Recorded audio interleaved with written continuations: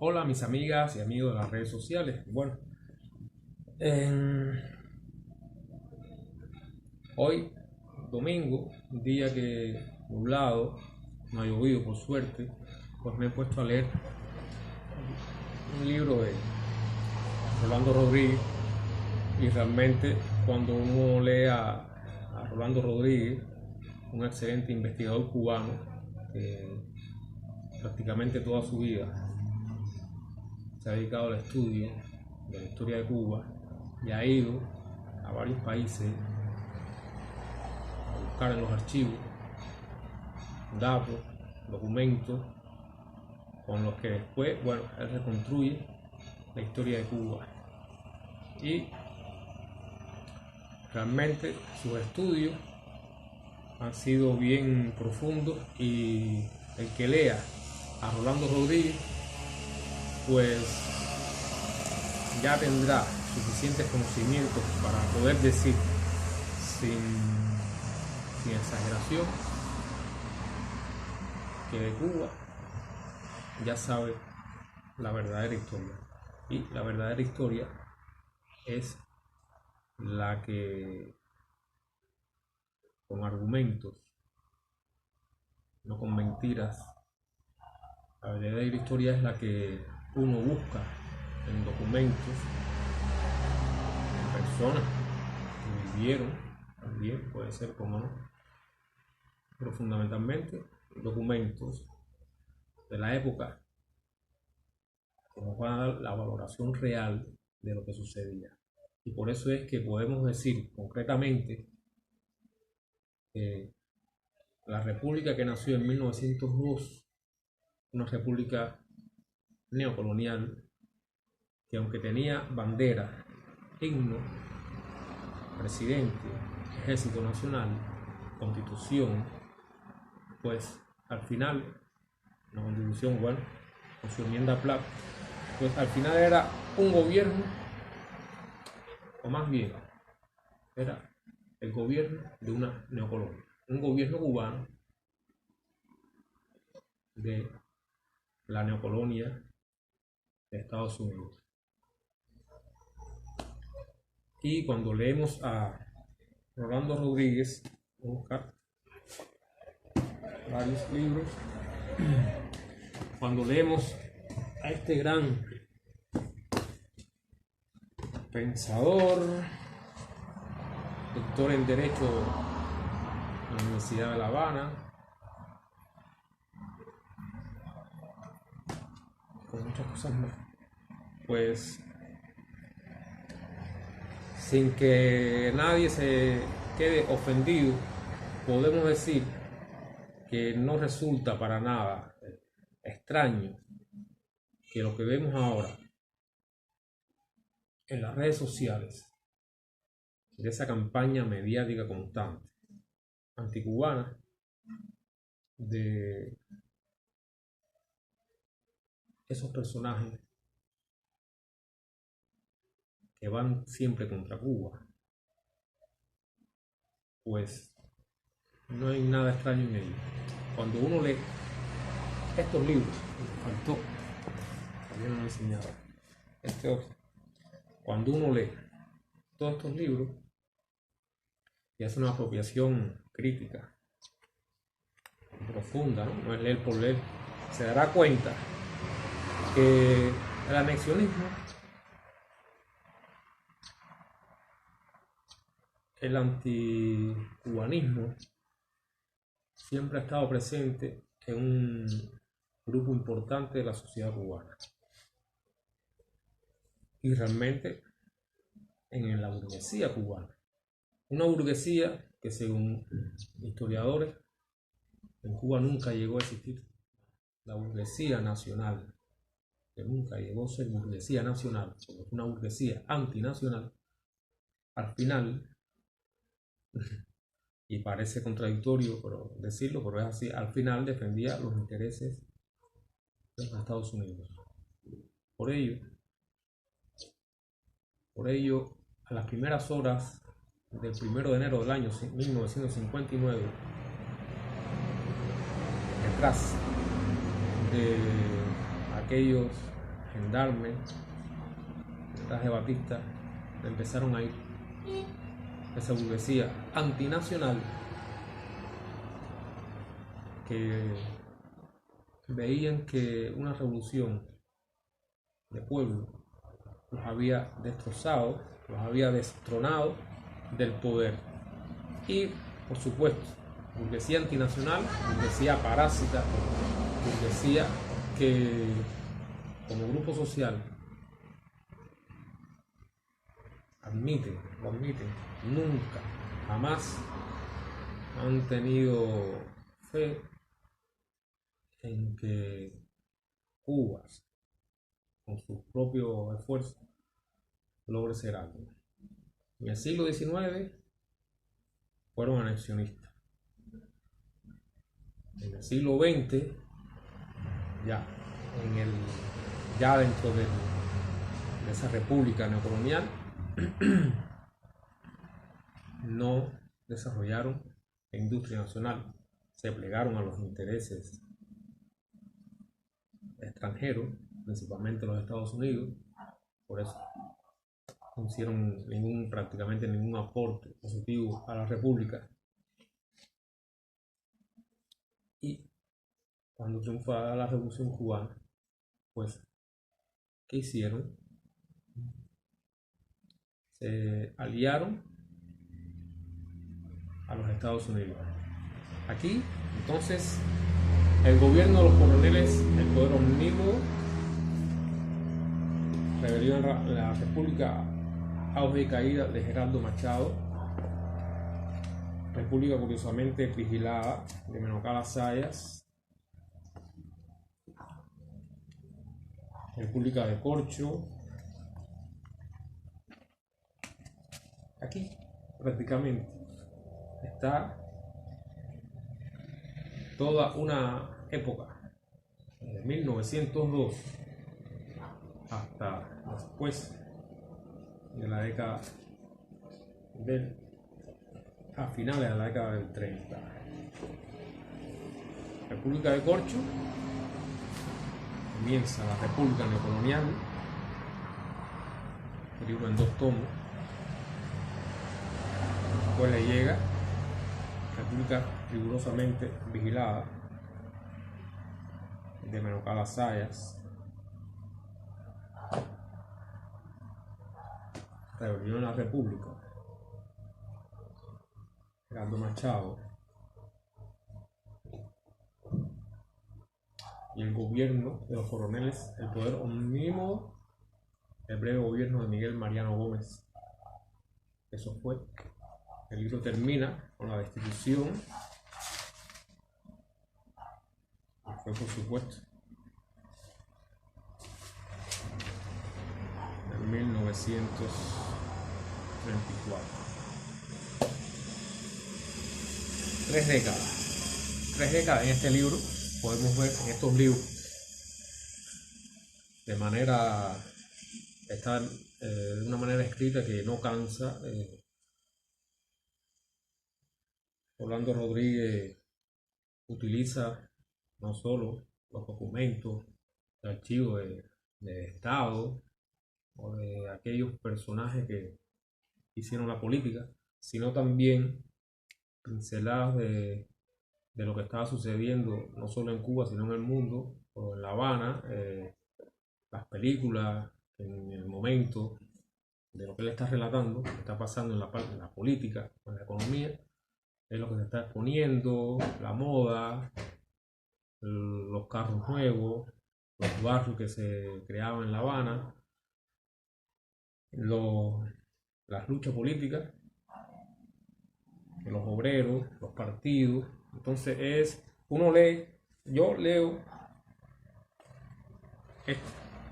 estos libros, todos, pero estos,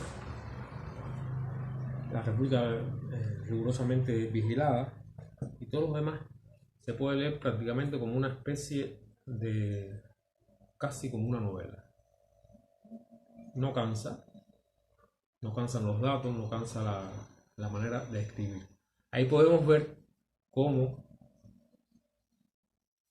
Estados Unidos ha hecho del bloqueo del gobierno de Estados Unidos, no solo contra el gobierno revolucionario cubano, sino que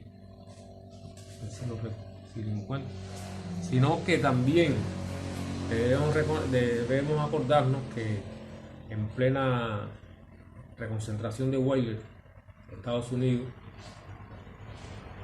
ya para ir contra Cuba, yo digo contra Cuba, contra España, porque lo que nunca se supo en aquel momento era que había unas indicaciones de que había que destruir a los cubanos y a los españoles, por supuesto.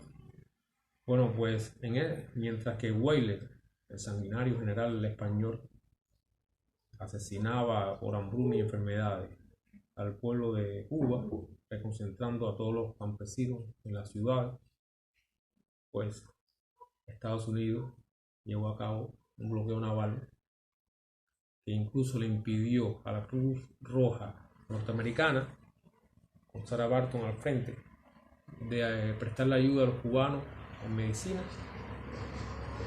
y en medicamentos. Fue, me parece, la primera vez que Estados Unidos realizó un bloqueo para matar por hambre, para ayudar a matar por hambre a los cubanos.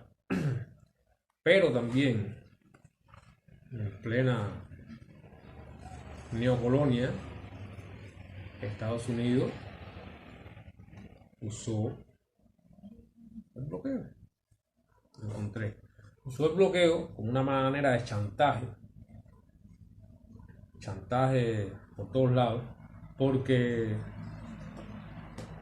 Menocal, de una forma que parecía contradictoria, pero no, siendo un representante de los intereses yanquis en Cuba, por una vez, lo que sea, fue contra ellos, porque él deseaba, claro, era ganancia para él también era dueño de Central Azucarera, él deseaba que el azúcar, en un momento, ya cuando estaba la Primera Guerra Mundial, que el azúcar Estados Unidos se la comprara a Cuba a un precio, y los norteamericanos no estaban de acuerdo, y el presidente cubano también se puso en sus tres, sacó como las uñas, ¿no? Y bueno, ahí llegó el bloqueo, que es lo que nos han hecho desde que triunfó la revolución: bloquearnos para arrodillarnos, para derrotarnos, por supuesto, con un gobierno burgués que se plegaba siempre a los intereses de los Estados Unidos, así fueran contra los intereses del pueblo de Cuba. Pues el bloqueo resultó efectivo y por supuesto Cuba tuvo que aceptar el precio. Con una revolución donde el pueblo le da patadas a los burgueses y toma el poder, lidera el frente, la revolución al frente del poder en Cuba, pues entonces llegó el bloqueo, llegó también el desabastecimiento, pero no estuvo derrotado. La imposición yanqui trae la escasez. Como los yanquis habían logrado que Cuba cediera a reducir el precio del azúcar, el precio, ellos querían el precio, los americanos no, había sido relativamente fácil. Hoover decidió torcerle el brazo a los cubanos para que accedieran a entregar el azúcar al precio que quería fijar la Comisión Internacional dirigida por Estados Unidos. La isla importaba casi todo: la harina y el carbón, el arroz y los huevos, el calzado y las camisas. Bastaba cortarle los suministros para ponerla de rodillas. Cuando Cuba trató de lograr un precio de 4.75 centavos para la libra de azúcar, la prensa advirtió a poco que los buques no llegaban y faltaban los abastecimientos. La isla, por consiguiente, comenzaba a abocarse a una crisis muy seria. Se decía que faltaría el pan, la manteca y otras mercancías. Se prevenía además que faltaría el gas y la electricidad, y por tanto se limitaría el fluido para los hoteles y casas particulares. Incluso planteó que debían ponerse en estado de alerta la policía y el ejército. La discusión, la prensa, continuó expresando la grave situación económica por la que empezaban a atravesar el país. Se prohibió la matanza de cerdos, para evitar su exceso por la necesidad de manteca.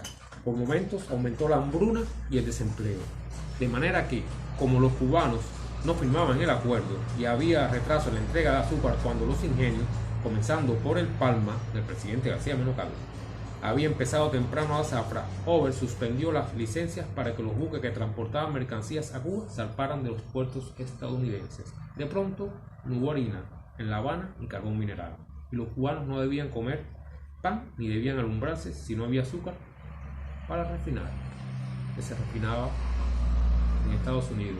En Cuba no se podía refinar. Otra de las cosas, no se le permitió que se refinara el azúcar aquí. El 18 de enero dice, bueno, Lansing cursaría el 14 de enero de 1918 un telegrama a González que fue publicado por El Mundo. Decía que para conseguir la cooperación de Cuba en cuanto al precio del azúcar se habían suspendido los envíos de alimentos. Se ponía en claro el chantaje de los Estados Unidos. Es el chantaje que nos han querido hacer siempre, cada vez que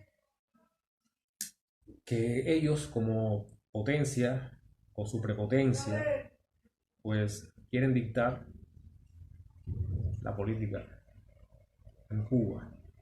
Y por ello es que nos bloquean, porque no aceptan ni aceptarán jamás que seamos libres, independientes. Y ahora en las redes sociales difaman, escriben basura, mentiras y manipulan la realidad de Cuba, pues son estos mismos parientes de aquellos que, como burguesía antinacional, no hicieron nada por defender a su país. Son los mismos que,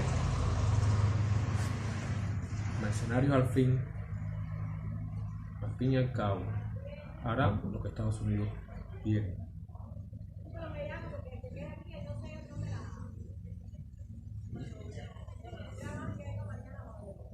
Dice, el 18 de enero, el ministro cubano de Césped le comunicaría al secretario Lansing que su gobierno había aprobado el contrato concertado por la Comisión Internacional del Azúcar de la Administración de Alimentos de Estados Unidos. Así, el gobierno cubano contribuiría con la causa común de esos momentos decisivos para la libertad del mundo y confiaba en que el gobierno de Lansing velaría porque el contrato se cumpliera en las condiciones más favorables posibles para el pueblo cubano. Sí, después que lo habían chantajeado y lo habían hecho poner de rodillas. Dice, todavía a finales de febrero, la prensa anunció que La Habana estaba sin pan, sin leche y sin electricidad. La situación del país era grave. En eso el cónsul Morgan amenazó, un cónsul yanqui, con hacer pública una denuncia de corrupción en el manejo de los abastecimientos por parte de los alcaldes de Santa Clara, Cienfuegos y el gobernador de las villas. Pero alguien debió llamarlo a capítulo porque después todo se quedó igual. Dice, durante un tiempo, dice Rolando Rodríguez, García Menocal había dejado de ser un mero testaferro de los financieros de Wall Street cuando estos no quisieron pagar el azúcar al precio que él creyó haría crecer la producción del dulce y le daría la oportunidad de manejar las vacas gordas en Cuba. Pero bueno, hasta ahí llegó. Y por allá, 1917, la zafra, 1918, la zafra en Cuba, ¿ustedes saben cómo fue que se mantuvo? ¿O cómo se defendió? Pues nada,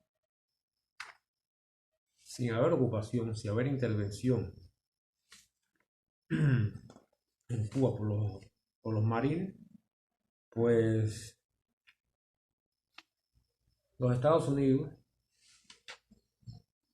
desembarcó y puso destacamentos del ejército de Estados Unidos en diferentes lugares de Cuba para velar por su zafra. Y así fue como en este país en plena república neocolonial, pues los Estados Unidos hacía lo que les daba la gana en Cuba. Chao. Una vez más, para aquellos que creo que me preguntaron, que me dijeron que demostrara que los cubanos, estos que van en contra de Cuba todo el tiempo, no son anexionistas. Bueno, son anexionistas, seguirán siéndolo, porque su ADN histórico lo lleva a cabo. No existió burguesía nacional, fue burguesía antinacional. Y sus sucesores son estos que contra Cuba hablan toda la basura posible en las redes sociales. Chao.